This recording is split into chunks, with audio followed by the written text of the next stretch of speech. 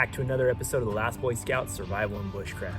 Today, we are in my backyard doing a little practice bushcrafting. And I thought it prudent to talk about one of my favorite bushcrafting tools, the axe. Now today, I'm going to be pointing out several different areas on the axe to teach you the parts or nomenclature of the axe. So stay tuned, you're going to learn something.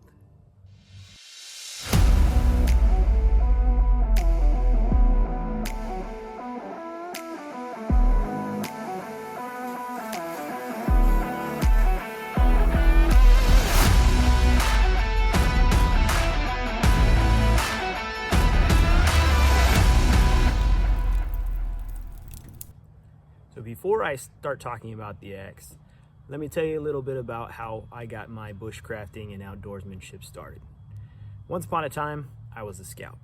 And in the scouts, before you could ever handle a sharp item such as a saw, an axe, or a knife, you had to basically show your scout leader that you were capable of handling said tool.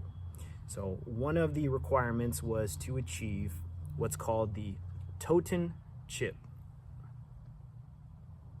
Now, the Toten chip basically goes over basic rules, regulations, and safe handling of these objects. One thing that comes to mind right off the bat is anytime we were to pass a tool from one person to another, we would assure that it either was sheathed, closed, or handed to by the handle, whereas by the blade end. And before you release that item, you would always say, thank you. So the two most important parts of the axe that you want to learn are the head and the handle.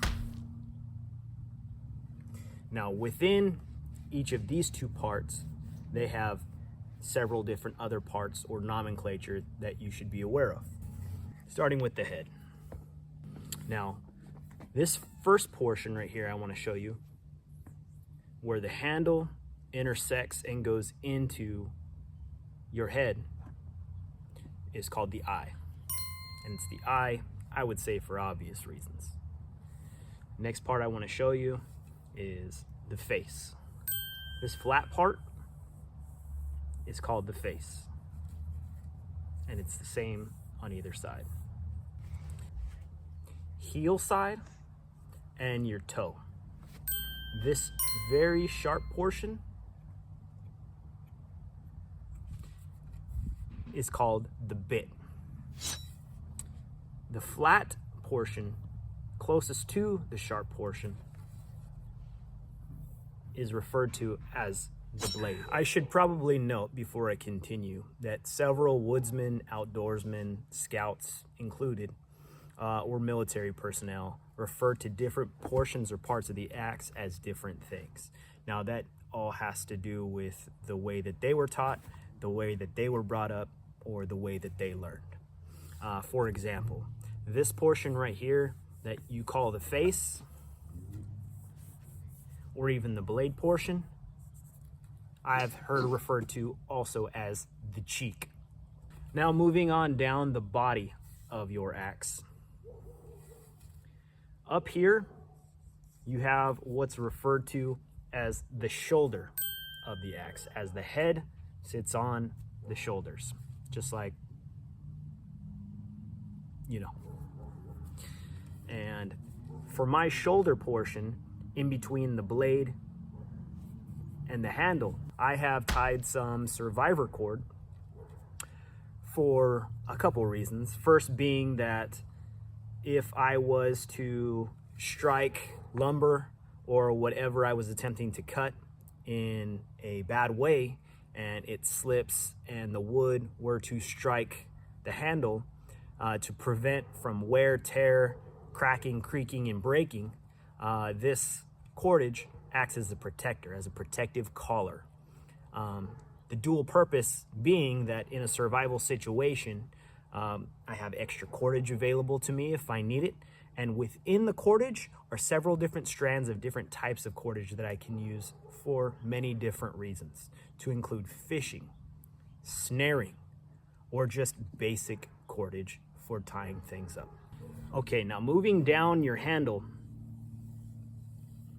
within a hatchet, a smaller axe type tool, this portion is referred to underneath, right, as the belly. This being the head, the shoulder, just like parts of a body, this would be your belly. And just like on a human body, the anatomy, right, what's opposite the belly is you have the back, okay? Moving further down, I have created for myself